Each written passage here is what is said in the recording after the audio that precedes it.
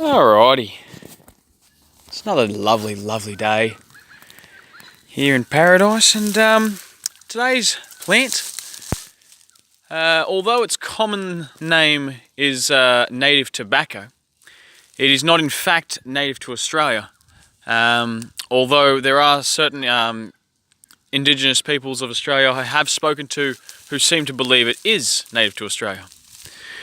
Now, this plant does contain nicotine. It is smokable, and it does have ethnogenic effects, which means if used with, in conjunction with other mind-altering substances, it will enhance the effect. Now, the part I'm interested in is these little yellow berries here, and now I've been eating this plant for years now, like at least 5 years or something, and I love the sweetness of the inside of the berry. I never eat the skin though, so caution is advised with this one. Handle with care. You got to remove that sort of furry bloom on the berries there.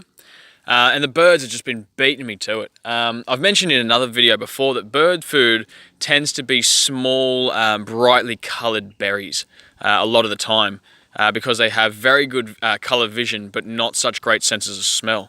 Now, is that soft enough yet? Not yet. Now, what about underneath? Do we have any that fall to the ground? So, yes, we do. A good place to look for food is on the ground because, gravity. And it's not going to ripen, and I'm not going to eat it. But there's that little nugget there.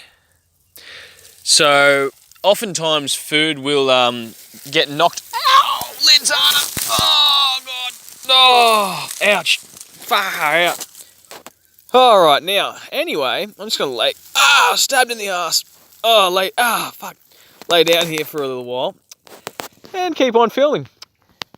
Because why not? Now, when the leaves are dried naturally on the plant, and they've gone very light brown, and they're crisp, that is the time to use them for a tobacco substitute. Now, it's all organic. It is a weed in Australia, right?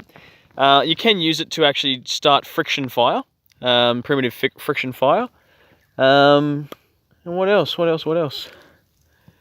Ow! What is that stabbing me? Jiminy crickets. Okay. Groin. So the berries are edible. The insides, not the skin. You can smoke the leaves. You can use the plant to start fires. Other than that, it is a bird attractor. It is attracting parrots to the property. But aside from that, it's a bit of a noxious weed in Australia, so it does grow from down in Victoria all the way up to, I've seen it in Cairns, and west of a few hundred kilometres inlands of Cairns too. Anyway, that's Solanum, mauritianum, native tobacco, otherwise called woolly Solanum. And the Indigenous fella told me that the name of it was Warramong. But he said it's from Wollongong, and it's called Warramong. But so that. Now, I've actually got one of these. I quite like these berries quite a lot. And I've actually got one that's the centerpiece in my garden. And I've been actually pruning it. I've been taming it, I suppose, hedging it, if you will. I've stepped on a freaking 3mm bit of wire today, and it pierced like a centimetre into my toe, my big toe, and it hit the bone, and it hurt so bad. Anyway, so this one I've actually been tip pruning, and after it fruits, I'm going to do the same thing again. I'm just going to nip off these to get more of a chandelier effect to the plant. Step back a bit so you can see the whole thing. So a bit more of a chandelier effect. So the berries are small, are closer to the ground, so it's easier for me to harvest and less likely that the birds will want to be in there because of their fear of cats and foxes getting them. So anyway, freaking toe, got mangled up hard. And yeah, so that's the woolly solanum. Edible berries, not from Australia, a bit of a weed. Pull it out if you want, leave it in if you don't.